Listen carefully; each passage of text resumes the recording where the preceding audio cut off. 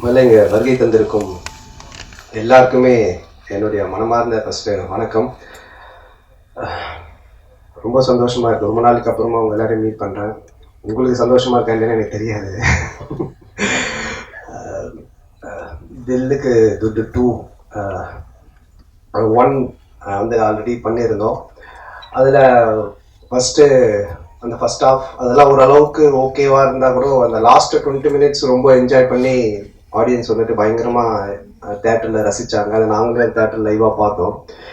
அப்போது அதுக்கப்புறமா சார் வந்துட்டு பார்ட் 2 பண்ணலாம் அப்படின்னு கதை பேச ஆரம்பிச்சதுக்கப்புறமா நம்ம கதை எப்படி பண்ணுறோமோ இல்லையா சார், ஆனால் லாஸ்ட் அந்த 20 மினிட்ஸ் ஃபஸ்ட் ஹாஃபில் சிரித்தா மாதிரி இதில் வந்துட்டு படம் ஃபுல்லாக சிரிக்கணும், அதுக்கான ஒரு கதையாக நமக்கு அமைஞ்சாதான் நல்லாயிருக்கும் சார் அப்படின்னு சொல்லி பேசிகிட்டு இருந்தோம்.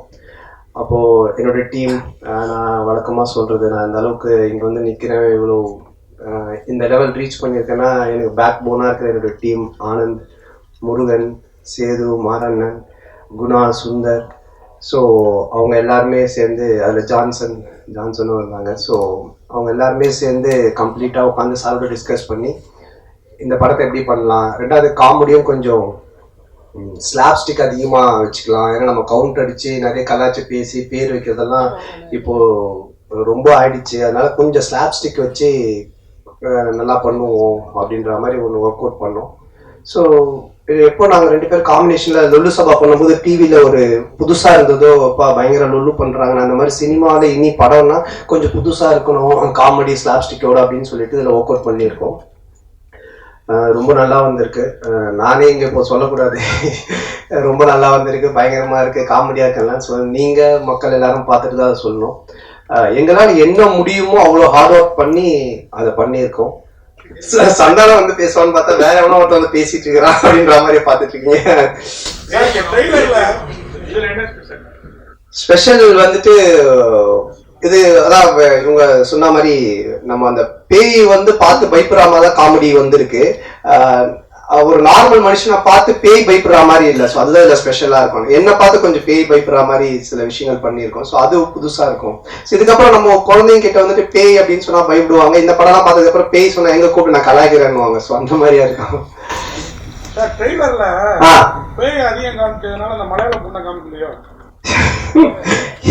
இல்ல மலையாள பொண்ணை காமிச்சோம், நீங்க பேய் நினைச்சு பாத்துருக்கீங்கன்னு நினைக்கிறேன். அதான உங்களுக்கு வேணும் ஆன்சரா?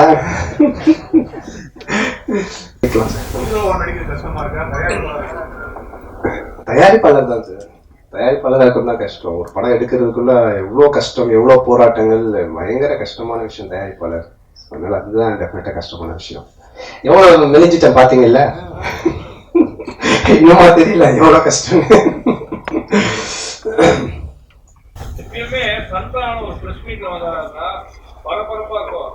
இன்னைக்கு வந்து அந்த பரபரப்பு இல்லாம அப்படியே சோர்ந்து போய் ஆரம்பிச்சீங்க. அதுக்கான காரணம் என்ன சார்? என்ன ரொம்ப நாள் இடைவெளி தான் காரணமா, என்ன வேற என்ன?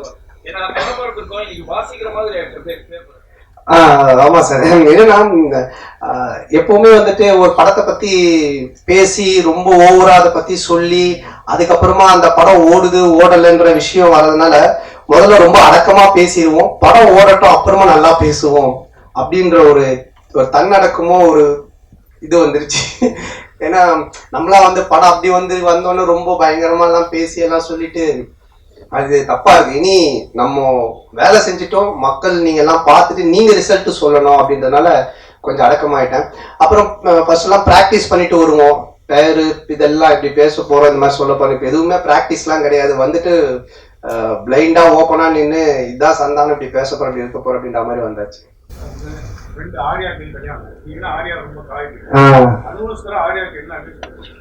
கன்ஃபார்ம் ஆயிடுச்சா முதல்ல?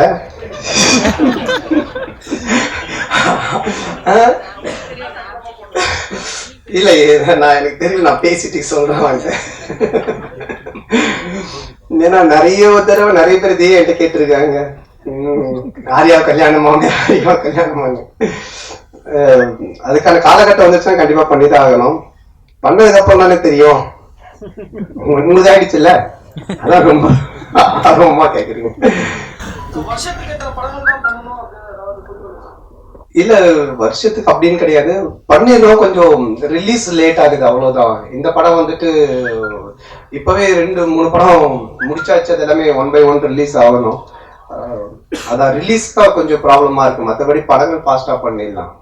நான் ஒரு படம் பண்ற அளவுக்கு நம்ம என்ன டாம் க்ரூஸா? நம்ம வருஷத்துக்கு ஒரு படம் தான் மிஷன் இம்பாசிபிள் பண்ணிட்டு அதை பாருங்க ஒரு வருஷத்துக்கு ரசிங்க பண்றது சமா பண்ணணும்.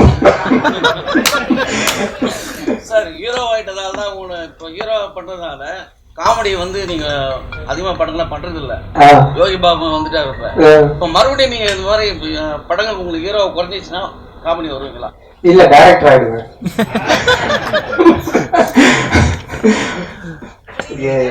நீங்க டைரக்டர் ஆனா எந்த காமெடி வச்சு ஹீரோ வச்சு பண்ணுவீங்க? அப்போ யார் காமெடி பண்றாங்களோ அவங்க வச்சு பண்ணுவாங்க. வேற என்ன காமெடி படம் பண்ணுவீங்களா, வேற என்ன இந்த மாதிரி பே படம் பண்ணுவீங்களா? இல்ல கதை யாருக்கு அமையுதோ ஃபர்ஸ்ட், பட் என் மைண்ட்ல ஆரியா இருக்கான், ஸோ அதனால பண்ணா ஆரியா அந்த மாதிரி. ஆக்ஷன் படம் பண்ணுவீங்களா, காமெடி படம் பண்ணுவீங்களா? டைரக்டர் ஆனவா சார்? இன்னும் அதை டிசைட் பண்ணல சார், பட் நல்ல படம் பண்ணணும், அது எந்த ஜானரா இருந்தாலும் ஒரு நல்ல படம் பண்ணணும் அப்படின்றதுல இதுவா இருக்கு. சார் இப்ப காஞ்சனா 3 வந்துருக்கு, இப்ப நீங்க தெரியல, சார் கிட்டதான் இருக்கு. சார் வந்துட்டு அடுத்தது இதே மாதிரி நல்ல கான்செப்ட் ஒரு விஷயம் கிடைச்சதுன்னா காம்பினேஷன்ல கண்டிப்பா பண்ணுவோம். இல்ல அதான் கதை யாருக்கு அமைதோ அதை வச்சு பண்ணுவேன்னு சொன்னேன். ஏன்னா சிம்புனும் அதுக்கான கதை எழுதணும் இல்லைங்களா? ஓகேங்களா? ஸோ நன்றி, ரொம்ப சந்தோஷம் எல்லாரும் மீட் பண்ணதுல. படம் வந்துட்டு எங்களோட முயற்சியில எவ்வளவு முடியுமோ அவ்வளவு பண்ணியிருக்கோம். நீங்க கொஞ்சம் சப்போர்ட் பண்ணுங்க படத்துக்கு. இந்த படம் இப்போ நான் திருப்பி வந்து என்னுடைய டிராவலிங் போயிட்டு இருக்கிறதுக்கு காரணமா இருக்கிற என்னுடைய டீம் மற்றும் நண்பர்கள், என்னுடைய குடும்பம், முக்கியமா நான் நன்றி சொல்ல வேண்டியது என்னுடைய ரசிகர்களுக்கு. ஏன்னா கொஞ்சம் அந்த லாஸ்ட் படம் சரியா போகாம ஒரு சின்ன என்னடா பண்ணலாம் அப்படின்னு ஒரு சின்ன தடுமாற்றம்லாம் இருக்கும்பொழுது எனக்கு பெரிய லெவல்ல சப்போர்ட் பண்ணது என்னுடைய ரசிகர்கள் தான். ஸோ நான் ஹீரோவா என்னை ஆக்குனதே அவங்க தான். அதை நான் நிறைய தடவை சொல்லியிருக்கேன், நான் காமெடினா போயிட்டு இருக்கும்போது ஆனால் நீங்க ஹீரோவா பண்ணுங்க அப்படின்னு சொல்லி.